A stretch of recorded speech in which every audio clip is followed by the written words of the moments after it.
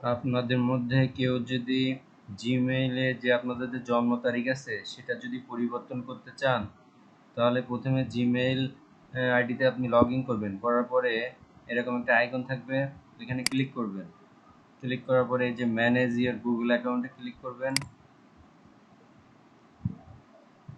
তারপর দেখবেন এই যে আপনার এখানে পার্সোনাল ইনফরমেশন, এখানে ক্লিক করবেন।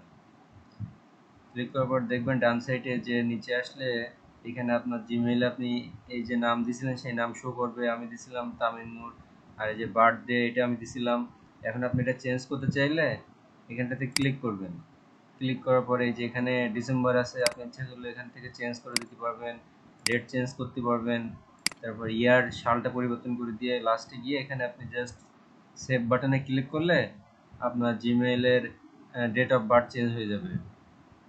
Thank you.